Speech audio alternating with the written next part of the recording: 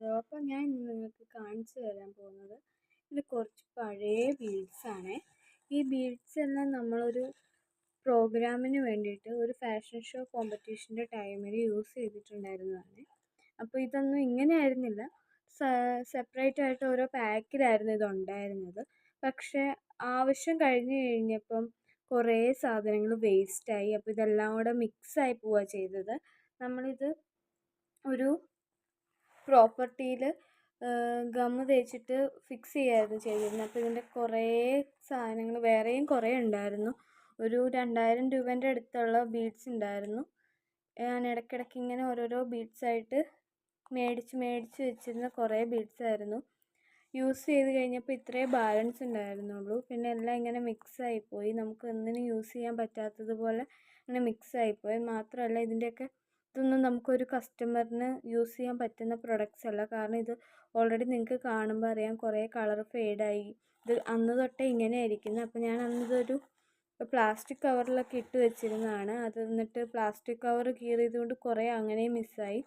ഒരു എംബ്രോയ്ഡറി ചെയ്യുന്ന ആളെന്ന നിലയ്ക്ക് ഇത് നമുക്ക് ഭയങ്കര സങ്കടമുള്ള കാര്യമാണ്, നമ്മുടെ പ്രോപ്പർട്ടീസൊക്കെ ചീത്തയായി പോവാന്ന് പറയുന്നത്. അപ്പോൾ ഇതെല്ലാം ഇവിടെ ഞാനിത് സൂക്ഷിച്ച് വെച്ചിരുന്നതാണ്, എപ്പോഴെങ്കിലും യൂസ് ചെയ്യാമല്ലോ എന്ന് ഓർത്തിട്ട്. അപ്പം ഞാൻ വിചാരിക്കുകയാണ് ഇതെല്ലാം യൂസ് ചെയ്തിട്ട് നമുക്ക് ഓരോരോ എംബ്രോയ്ഡറീസ് ഇങ്ങനെ പരീക്ഷിച്ച് നോക്കാമെന്ന് വിചാരിക്കുകയാണ്.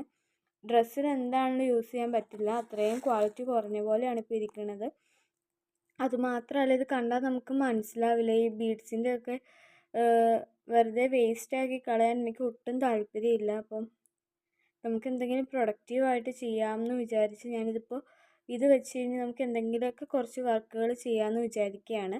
അപ്പം നമുക്ക് ഇത് വെച്ച് എന്താ ചെയ്യാൻ പറ്റുന്നതെന്ന് നോക്കാം കേട്ടോ. ഈ ഒരു ഷീറ്റിലേക്ക് ഇതെല്ലാം ഒന്ന് ഇട്ട് നോക്കിയിട്ട് ഇതിൽ കുറേ പിങ്ക് ഷെയ്ഡ്സ് ഉണ്ട്.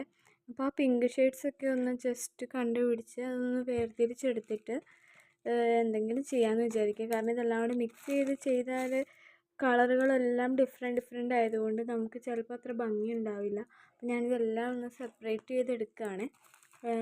കുറേ ടൈം എടുക്കുമെന്ന് എനിക്കറിയാം, പക്ഷേ നമ്മൾ എന്തെങ്കിലും ഒന്ന് ചെയ്യണമെങ്കിൽ അതിനനുസരിച്ച് നമ്മൾ ടൈം കൊടുക്കണം, അല്ലെങ്കിൽ നമ്മൾ അതിന് വേണ്ടി കുറച്ച് കഷ്ടപ്പെടണം. അതുകൊണ്ട് ഞാനിങ്ങനെ പറ്റുന്ന പോലെ കുറേ ബീഡ്സ് വേറെ ഇട്ടിട്ട് ഇതിൽ നിന്ന് അത് മാത്രമായിട്ട് തിരഞ്ഞെടുത്ത് മാറ്റുവാണ്.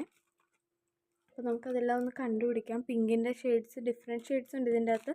അപ്പോൾ പിങ്കിൻ്റെ പല ഷെയ്ഡ്സ് ആകുമ്പോൾ അതിൻ്റെ ഒരു ഭംഗി ഉണ്ടാവുമല്ലോ. അപ്പോൾ ഇതിൻ്റെ അകത്ത് പിങ്കിൻ്റെ ഷെയ്ഡ്സ് ഉള്ളതൊക്കെ നമ്മളെടുത്ത് മാറ്റുവാണ്. അപ്പോൾ അതെല്ലാം കൂടെ മിക്സ് ചെയ്തിട്ട് എന്തെങ്കിലും ഒന്ന് ചെയ്യാം. കുറച്ച് ഡിഫിക്കൽട്ടാണ്, ടൈം കുറേ എടുക്കും, എങ്കിൽ പോലും നമുക്ക് എന്തെങ്കിലും ചെയ്യാമല്ലോ എന്ന് ഞാൻ വിചാരിക്കുക.